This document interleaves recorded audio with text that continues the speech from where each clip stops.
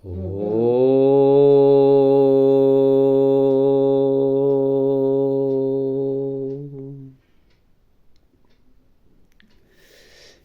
ಜನವರಿ 8ನೇ ತಾರೀಕು.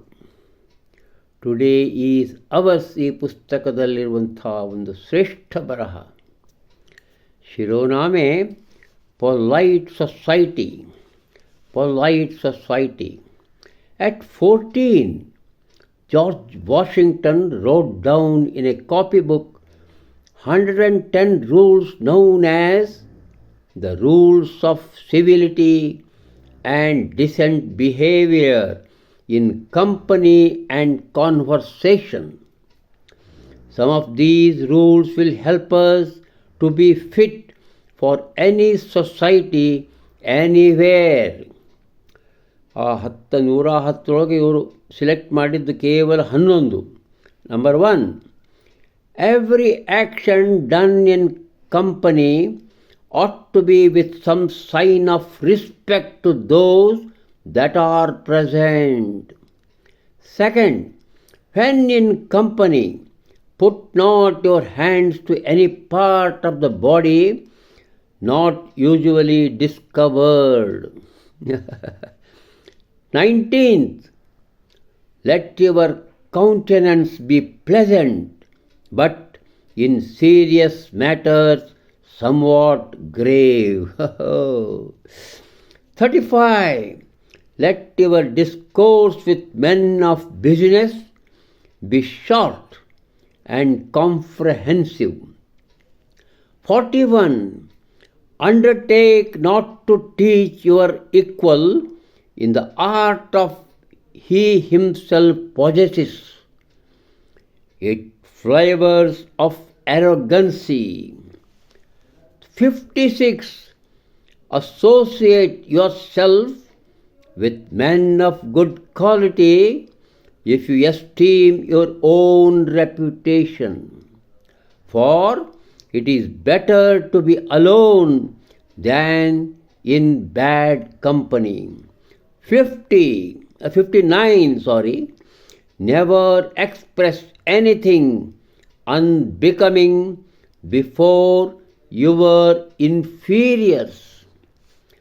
81, be not curious to know the affairs of others, neither approach those that speak in private.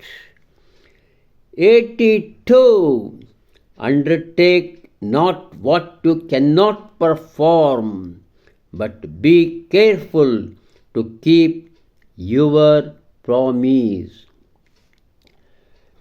89, speak not evil of the absent, for it is unjust. 110, labor to keep alive your breast that little spark of celestial fire called conscience. ಅದ್ಭುತವಾದ ಒಂದು 11 ಸಲಹೆಗಳು. Polite society ಅಂದರೆ ಒಂದು ಸಭ್ಯ ಸಮಾಜದೊಳಗೆ ಯಾವ ರೀತಿ ಇರಬೇಕು ಅನ್ನುವಂಥ ಜಾರ್ಜ್ ವಾಷಿಂಗ್ಟನ್, ಅಮೇರಿಕಾ ದೇಶವನ್ನು ಬಿಡುಗಡೆ ಮಾಡಿಸಿದಂಥ ಮಹಾಪುರುಷ, ಬ್ರಿಟಿಷರಿಂದ ಯುದ್ಧ ಮಾಡಿ ಬ್ರಿಟಿಷರನ್ನು ಸೋಲಿಸಿ ಆತ ಅಮೇರಿಕಾದ ಮೊಟ್ಟ ಮೊದಲ ಅಧ್ಯಕ್ಷನಾದ. ಆತ 2 ಸಾರಿ 8 ವರ್ಷಗಳ ಕಾಲ ಅಮೇರಿಕಾದ ಅಧ್ಯಕ್ಷನಾಗಿದ್ದ. ಅವ ಎಷ್ಟು ಜಾಣನಿದ್ದ ಅಂದರೆ ತನ್ನ 14ನೇ ವಯಸ್ಸಿನಲ್ಲಿ ಒಂದು ನೋಟ್ಬುಕ್ನೊಳಗೆ 110 ನಿಯಮಗಳನ್ನು ಬರೆದಿರಿಸಿದ್ದಂತೆ. ಅವು ಈ ಹೆಸರಿನಿಂದ ಪ್ರಸಿದ್ಧವಾಗಿವೆ. ಯಾವ ಹೆಸರದು? ನಾಗರಿಕತೆ ಮತ್ತು ಉತ್ತಮ ನಡವಳಿಯ ನಿಯಮಗಳು ಸಹವಾಸದಲ್ಲಿ ಅಂದರೆ ಸಮಾಜದಲ್ಲಿ ಹಾಗೂ ಸಂವಾದದಲ್ಲಿ. ಅದ್ಭುತ. ಇವುಗಳಲ್ಲಿ ಕೆಲವು ನಮಗೆ ಸಹಾಯ ಮಾಡುತ್ತವೆ. ನಾವು ಯಾವುದೇ ಸಮಾಜದಲ್ಲಿ ಎಲ್ಲಿಯೇ ಇದ್ದರೂ ಸಹ ಪಾಲಿಸಲು ಯೋಗ್ಯವೆನಿಸುತ್ತವೆ. ಆ 110ರಲ್ಲಿ ಕೇವಲ ಕೇವಲ 11 ಮಾತ್ರ ಮಾರುಸ್ ಅವರು ಇಲ್ಲಿ ಆರಿಸಿ ಟುಡೇ ಈಸ್ ಅವರ್ಸ್ ಈ ಪುಸ್ತಕದಲ್ಲಿ ಇರಿಸಿದ್ದಾರೆ. ಒಂದನೇದು, ನೀವು ನಿಮ್ಮ ಸಹವಾಸದಲ್ಲಿ ನಿಮ್ಮ ಜೊತೆಗಾರರಲ್ಲಿರುವಾಗ ಪ್ರತಿಯೊಂದು ಕಾರ್ಯವೂ ಅಲ್ಲಿ ಇರುವ ಪ್ರತಿಯೊಬ್ಬರಿಗೂ ಗೌರವದ ಚಿಹ್ನೆಯಾಗಿರತಕ್ಕದ್ದು, ಎಲ್ಲರಿಗೂ ಗೌರವವನ್ನು ಕೊಡ್ತಕ್ಕದ್ದು. ನೀವು ಸಹವಾಸದಲ್ಲಿರುವಾಗ ಅಂದರೆ ಸಭೆ ಸಮಾರಂಭ ಸಂಘಟನೆಯಲ್ಲಿರುವಾಗ ನಿಮ್ಮ ಕೈಗಳನ್ನು ದೇಹದ ಹೊರಗೆ ಒಳಗೆ ಕಾಣದಂತಿರುವ ಭಾಗಗಳ ಮೇಲೆ ಇರಿಸತಕ್ಕದ್ದಲ್ಲ. ಒಂದು ನಡಾವಳಿಕೆ. 19ನೇದಕ್ಕೆ ಹೋಗ್ತಾರವರು. ನೀವು ಕಾಣಿಸಿಕೊಳ್ಳುವ ರೀತಿ, ನಿಮ್ಮ ಮುಖಭಾವ ಆಹ್ಲಾದಕರವಾಗಿರಲಿ. ಹಾಗಿದ್ದರೂ ಗಂಭೀರವಾದ ವಿಷಯಗಳು ಪ್ರಸ್ತಾಪಿಸಲ್ಪಟ್ಟಾಗ ಅಲ್ಲಿ ಅಲ್ಪ ಸ್ವಲ್ಪ ಆ ಭಾವ ಗಂಭೀರವೂ ಆಗಿರಲಿ. 35 ವ್ಯವಹಾರಸ್ಥರ ಸಂಗಡ ಅಂದರೆ ವ್ಯಾಪಾರಸ್ಥರ ಸಂಗಡ ನೀವು ಮಾಡುವ ಸಂವಾದಗಳು ಮಿತವಾಗಿರಲಿ, ಹಾಗೆ ಎಲ್ಲವೂ ಗ್ರಹಿಸಬಲ್ಲದವಾಗಿರಲಿ ಅಂತ ಹೇಳ್ತಾರೆ. 41 ಓರ್ವ ವ್ಯಕ್ತಿ ಯಾವನು ತನ್ನ ಕಲೆಯಲ್ಲಿ ಪರಿಣಿತಿಯನ್ನು ಪಡೆದವನೋ ಅವನಿಗೆ ಏನನ್ನಾದರೂ ಕಲಿಸಲು ಕೈಗೊಳ್ಳುವುದನ್ನು ಮಾಡದಿರಿ. ಅದೊಂದು ದುರಹಂಕಾರದ ವಿಶಿಷ್ಟ ಗುಣ ಆದೀತು ಅಂತ ಹೇಳ್ತಾರೆ. ಅವನಿಗೆಲ್ಲ ಗೊತ್ತದ, ಮತ್ತು ನೀವೇನು ಹೇಳೋದು. 56 ನೀವು ನಿಮ್ಮ ಸ್ವಂತ ಗೌರವವನ್ನು ಮನ್ನಿಸುವವರೋ, ಹಾಗಿದ್ದಲ್ಲಿ ನೀವು ಉತ್ತಮ ಗುಣವಂತರ ಸಂಗಡ ನಿಮ್ಮನ್ನು ಅವರ ಸಹವಾಸದಲ್ಲಿ ಇರಿಸಿಕೊಳ್ಳಿರಿ. ಇಷ್ಟೇ ಅಲ್ಲದೆ ಕೆಟ್ಟ ಸಹವಾಸದಲ್ಲಿ ಇರುವುದಕ್ಕಿಂತ ಓರ್ವನೇ ಇರುವುದು ಲೇಸು. 59 ಯಾರನ್ನು ನೀವು ಕೆಳದರ್ಜೆಯವರಾಗಿ ತಿಳಿದಿರುವಿರೋ ಅವರ ಮುಂದೆ ಅಸಹ್ಯಕರವಾದ ಯೋಗ್ಯವಲ್ಲದ ಮಾತುಗಳನ್ನು ಆಡಬೇಡಿರಿ. 81 ಇನ್ನಿತರ ಸಂಗತಿಗಳನ್ನು ಕುರಿತು ಯಾವುದೇ ಆಸಕ್ತಿ ತೋರಿಸಬಾರದು.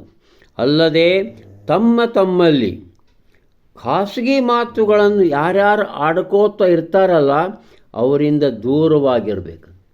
ಅವರ ಖಾಸಗಿ ವಿಚಾರದೊಳಗೆ ನೀವು ಭಾಗವಹಿಸಬಾರದು.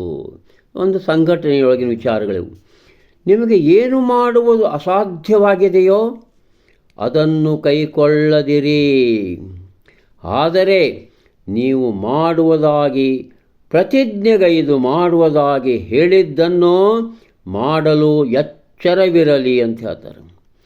ಯಾರು ನಿಮ್ಮವರು ಇಲ್ಲವೋ 89 ಯಾರು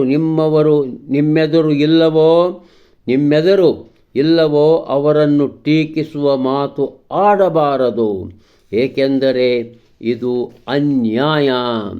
ಇನ್ನು ಆ 110 ಆ ಸೆಲೆಸ್ಟಿಯಲ್ ಅಂದರೆ ಆ ಶ್ರೇಷ್ಠ ಜ್ವಾಲೆಯ ಪುಟ್ಟ ಕಿಡಿಯಾಗಿರುವಂತಹ ಆತ್ಮಸಾಕ್ಷಿ, ಆ ಸೆಲೆಸ್ಟಿಯಲ್ ಸ್ವರ್ಗ ಅಂದರೆ ಈ ಅಂತಃಪ್ರಜ್ಞೆ ಆತ್ಮಸಾಕ್ಷಿ ಅಂತ ಏನು ಹೇಳ್ತೀವಿ ಪ್ರತಿಯೊಬ್ಬ ಮನುಷ್ಯನಲ್ಲಿರ್ತದೆ.